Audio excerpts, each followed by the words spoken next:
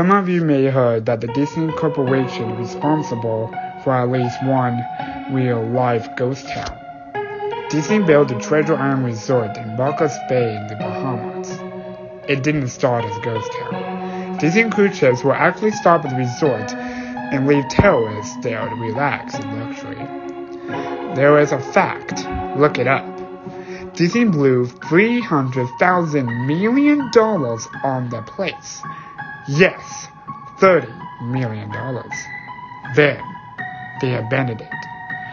Disney blamed the shallow waters, too shallow for their ships to safely operate. And there was even blame cast on the workers, saying that since they were from the Bahamas, they were too lazy to work a regular schedule. That's where the factual nature of the story ends. It wasn't because of the sand, and it obviously wasn't because factories are lazy. Both are controversial excuses. No, I simply doubt those reasons will argument. Why didn't I buy the official story? Because of Mowgli's place. Near the beachside city of Emerald Isle in North Carolina, Disney began construction of Mowgli's place in the late 1990s. The concept was a jungle-themed resort with a large, you guessed it, palace in the center of the whole thing. If you're unfamiliar with the character of Mowgli, then you better remember the story, The Jungle Book. If you haven't seen it anywhere else, you know as of the Disney cartoon from the decades past. Mowgli is an abandoned child in the jungle, originally raised by animals, similarly befriended, pursued by other animals. Mowgli's palace was conversely undertaken from the start. Disney bought up a ton of high-priced land for the project, and there were actually a scandal surrounding some of the purchases. The local government called Edmund Demand on people's homes. They turned around and sold the priorities to Disney. At one point at home, they had just been constructed was immediately commanded with a little to no explanation.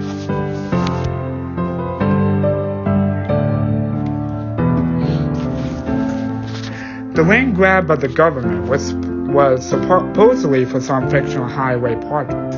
Knowing full well what was going on, people started calling out Mickey Mouse Highway.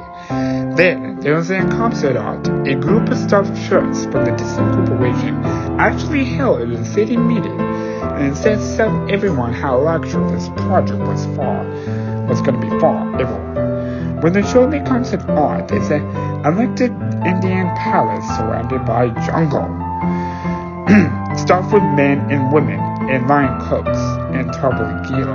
Well, sacrifice to say everyone flipped their shit.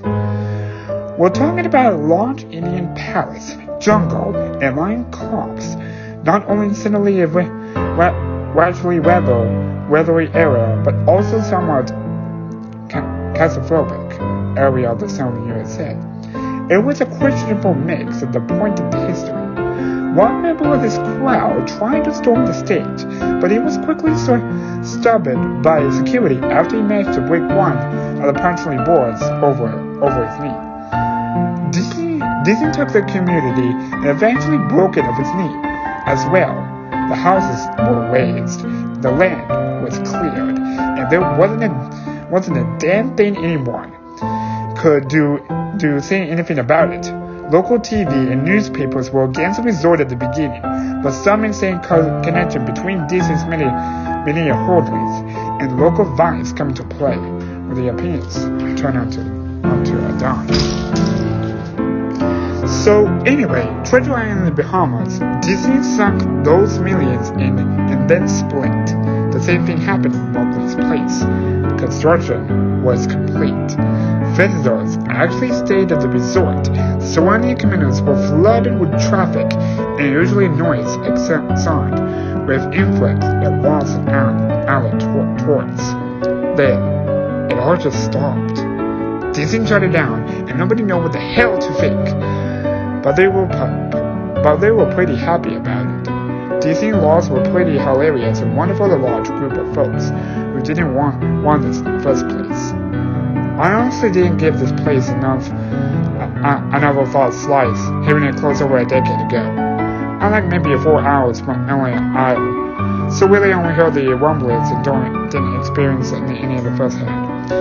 Then I read the article from someone who had explored Treasure Island Resort and posted a whole blog about it, all that crazy shit from there.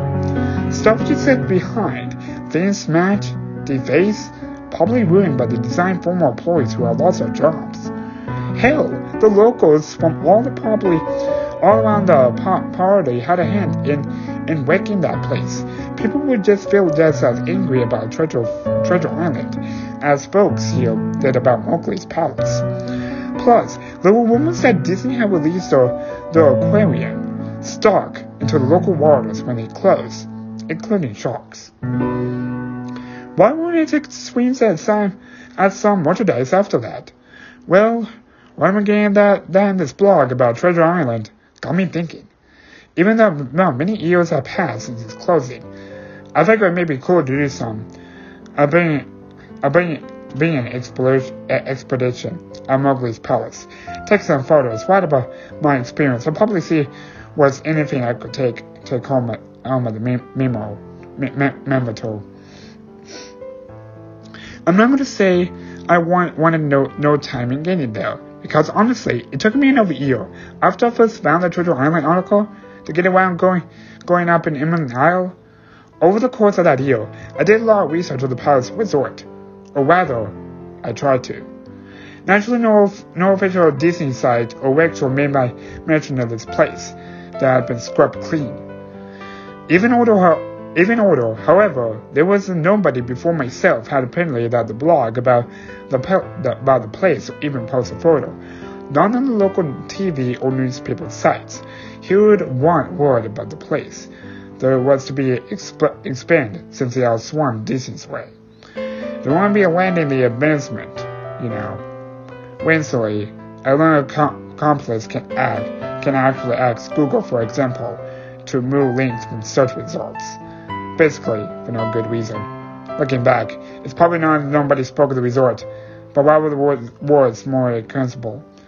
So in the end, I could barely find the place. All I had to go on was an old as hell map I received in the mail back in the 90s. It was a promotional item sent out to people who had recently been in Disney World. I guess since it's been in the late 80s. This was recent. I didn't really hang on to it. It was short into my books and comics from my childhood. I only remembered it from months of my research, and even then it took me another few weeks to locate the strange bin my parents had traveled into. But I did find it. Locals were no help. Most were transplants who had moved to the beach in recent years, or old residents who had just seen at me and made rude gestures a second. I meant to say, where did I find Mowgli's? The drive took me through an internally lawn custard of the oval grove.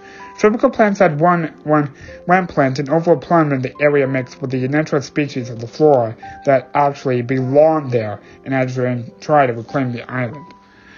I was aware which of the front gates of the resort, terminals like wooden gates, were supposedly the other side. Sounded like it must have been cut from the giant squads. The quad itself had been getting into silver pieces by woodpeckers and eating away at the base's burnt insects. Hidden in the gates was a sheet of metal, some weight of scrap, with hand-painted letters screwed in black, abandoned by Disney. Clearly, the handbook of some part local of an employee who wanted to make some small product. The gates were open enough to walk through, but not drive. So grabbing my digital camera and the map, whose flip side showed the layout of the resort, I set off 1 foot. The inner grounds of the place were just overgrown the entryway. Palm trees just stood there, wagged among piles of their own coconuts. Banana plants simply stood in their own arms taking bug rider views. There was this sort of clash between order and chaos, as carefully planted rows and perennial flowers, mixing extra tall weeds and shaking blackening mushrooms. All I remember was an outdoor stench was broken. Wooden wood and eventually cut beds of ancient metal. What was most likely an information booth when an outdoor bar was on simply a pile and someone chop up past that action arranged by weather. The most interesting thing in the grounds was a statue of Baloo, the friendly bear from the Jungle Book, which stood in sort of the courtyard in front of the main building. He was frozen in a giant wave, toward no one standing there in empty space with a silly toothy grin as bird sheds covered whole swaths of his fur and vines entire his platform. I approached the main building, the palace, only to find outside of the building covered in graffiti, with original paint had pleated and chopped away. The front doors wasn't just open. They had been taken out of their hinds, and they were stolen. Above the front doors in Gapson Mall, where they had been, someone had once again painted, "Abandoned by Disney." I wish I could tell you about the awesome stuff I saw inside the palace. Forgotten statues, abandoned cash registers, a full-fledged secret society of homeless bums. But no. The inside of the building was so stark, so bare that I actually think that the people are stolen, and they're mandundling off the walls. Anything that was baked to steel counters, decks, giant fake trees. They all wasted in this empty echo chamber that within my every step, like a slow rat-a-tat a machine gun. I checked the floor plan and hit all the locations that may seem in a way interesting. The kitchen, as you imagine, an eternally food prep area of all the plants and spare. No entrance spread. Every glass surface was broken. Every door knocked out its entrance. Every metal surface kicked and dimed. The entire place smelled like very old piss. The huge freezer, not officially cool now, had row upon of empty shelf space. Hooks hung from the ceiling, probably hitting cuts from meat. And as I stood inside the memory, I noticed it was swinging. Each hook swung in random direction.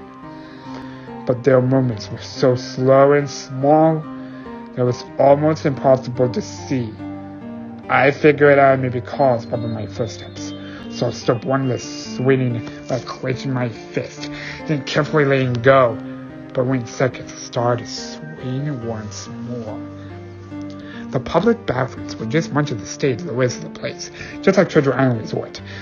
Someone eventually smashed each proclaimed comrade with coconuts out of their appliance. There was about a half inch of restaurant sticking sand water on the floor, so I didn't stay there very long. Was ordering out toilets and sinks and the buildings in the ladies' room, and yes, I went there. All dripped, leaked, or just running freely. It seemed to me that they should have shut the water off long ago. There were plenty of rooms in the resort, but actually I didn't have time to look through them all. The few I did peeled into the wheels seemingly wrecked. I didn't expect to find anything there. I thought it was actually a television or radio in one room, as I really think I heard a quiet conversation coming out. Though it was like a whisper, probably my own breathing echoes in the silence, which is another case the sound of flowing water playing tricks in my mind. That's what it sounded like. 1, I didn't believe it. 2, sure no reply. 1, I didn't know that. 2, your father told you. 1, oh no reply, or probably just repeat. I know, that sounds ridiculous. I'm just telling you what happened. and what I experienced. What I thought may have been running the room, or worse, some of the burglars who had holed up in there probably who knifed me. I opened the front doors of the palace again. I forgot I hadn't found anything of note. I had wasted a trip up. As I locked the door, I noticed something interesting in the courtyard, and I apparently missed. Something that will give me at least one thing to show in all my trouble, even in just a photograph. There was like a light-like statue of the Pentagon, maybe 50 feet up, curled up and sunny, except for the particle right in the center of the area. It was almost time for the sun to start setting, so the light fell into the object in the perfect way for the photograph. I approached the pavilion and snapped a photo. Then I stood on my toes and stopped another. I moved closer again and get in the detail of the face. Slowly, carefully, the pavilion lifted his head, looked directly in my eyes, and turned off the pentacle across the grass into the trees. On my 50 feet of it, Alon disappeared into the woods before his tail even left the sunny spot. Disney had released exotic animals into the grounds. Right there on my four-palm map was the Rapple House. I should have known. I read about the sharks at Treasure Island, and I should have known they'd done this. I was dumbfounded and definitely sharpened. My mouth hadn't opened the longest time before I came back down to earth and snapped it shut. I blinked a few times and backed away from where the snake had been, back to the palace. Even though it was slowly gone, I still wasn't taking any chances and backed my way into the building. I took a few deep breaths and slapped to my own face to get myself right in the head again after that. I looked in the palace and sat down. As my legs were falling, a bit low jelly at the point. Of course, there was no place to sit down unless I wanted to recline in the broken glass and the dead leaf carpet and held myself up in the dead questionable's reality. I seen some stairs in the palace lobby. I decided to go into have a seat until I feel better. The staircase falling off in the front of the building was seriously clean, save for the startlingly for dust. I poured away to the middle of the wall, once again painted with the "Abandoned by Disney" motto. I became examined too. I placed the weight of the stairs and started to keep our lids somewhat clean. The stairway lay downward, below ground level. Using my cat flash, I sort of proofed the flashlight. I could see the staircase in the middle matched door with a padlock. I signed at the door. A real sign read, "Mascots only. Thank you." This put my spirits a little bit, for two reasons. One, a mascots only area where I definitely had something interesting back in the day. Two, the padlock was still in place. Nobody had gone down there. And not the Vangelis. Not the Lubers. Nobody. This was one place I could actually explore, and perhaps find something innocent to photograph or would we steal. I came to the palace and eventually agreed myself that it's okay to take anything I wanted because, hey, abandoned. It did too much butts to lock. Well, actually, that's one. I did take much butts to the metal plate on the wall that the padlock was hooked to. Time and decay had done most of the work of me. I was able to bend the metal plate enough to pull the screws out of the wall. Something nobody else had apparently thought of it. Had been able to do at the time. The mascots only area was sitting in a very welcome change in the rest of the building I see. For one, every second I thought, eventually light overheard and limited even though it flickered and faded randomly. Also, never been stolen or broken. Even the Asia Explorer was simply taking the toll. Tables had notepads and pens. There were clocks, and even punching clock in the wall, complete with full-on time cards.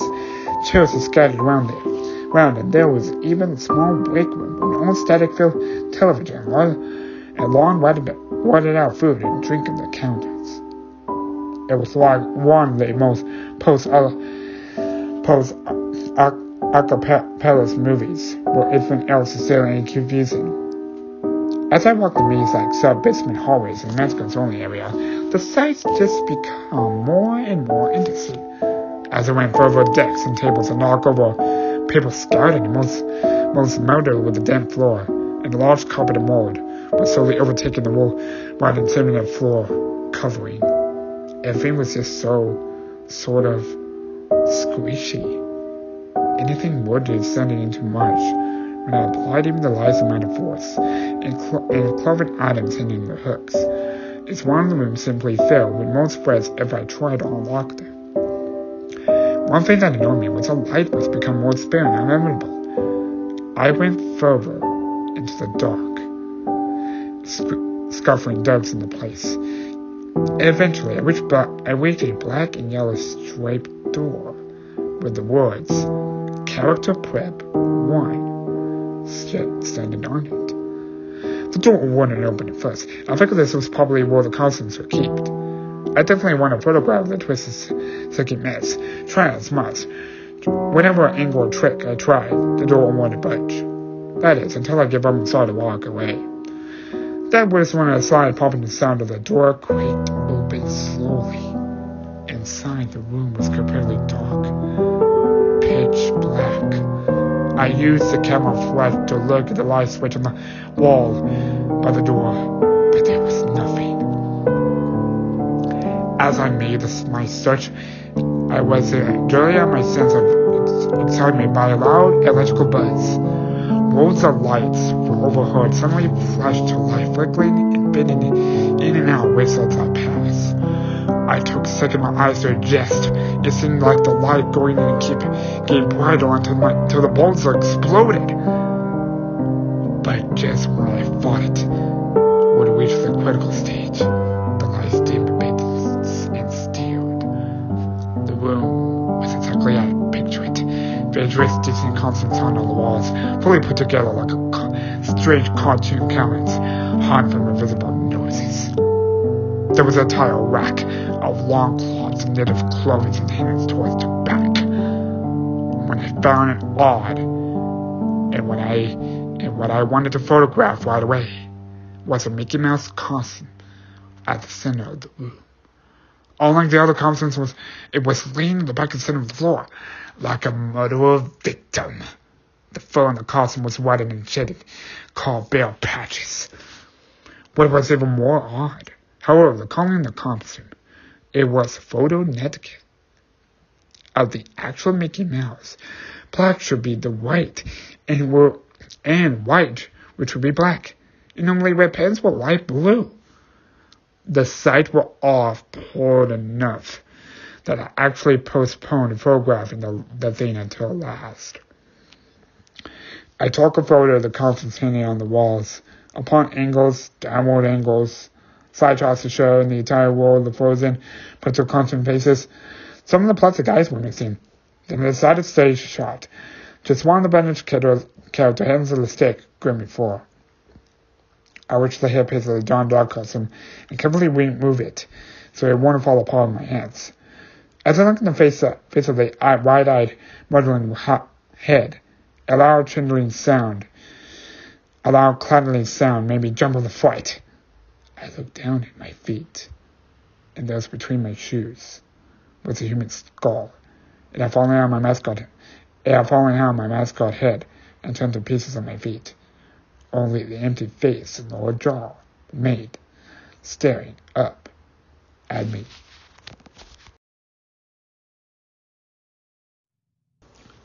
I dropped the dog head immediately, and you expect to move for the door. As I stood in the doorway, I looked back into the skull on the floor. I had to take a picture of it. I had to. For any number of reasons that seem silly, but only if you don't think it though.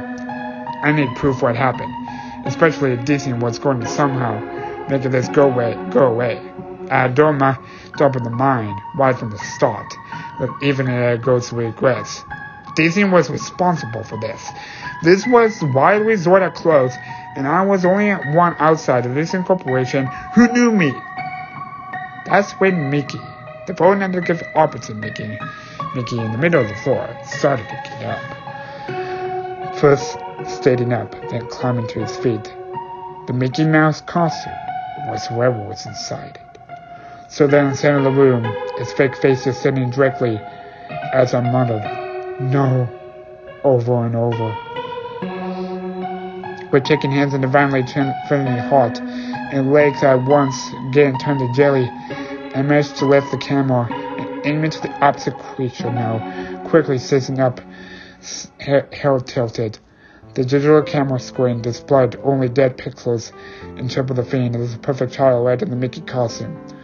As the camera moved in my unsteady hands, the dead pixels spread, mirroring the screen wherever Mickey's outline moved to. Then the camera died, went black and white and broken.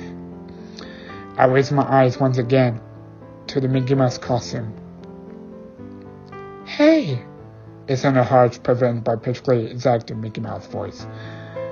"Want to see my head come off?" It started to pull off in its own head, working his clumsy glove-clenched fingers around his neck, requiring perfect movements similar to the wounded man trying to pull himself free of the predator's jaws. As I worked digits to the neck, so much blood. So much brick-colored yellow blood. I turned away as I heard sticking through the cloth and flesh, only cared about getting away. Above the doorway out of the room, I saw the family message carved in the metal with a bone or fingernails. Abandoned by God. I never got the pictures out of my camera. I never wrote a blog entry about it. After I went from the place, flee from the city in my life, I knew why they didn't want anyone to know about this place. They didn't want anyone like me getting in. They didn't want anything like that getting out. It's a world of laughter and a world of fears. There's a world of hope and a world of tears.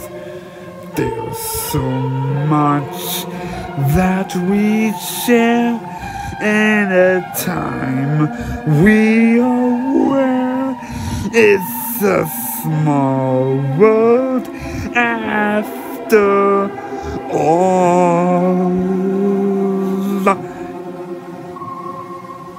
It's a small world after all.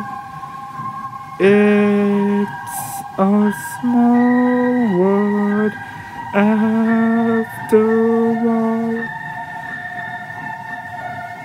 It's a small world after all. It's a small world after all.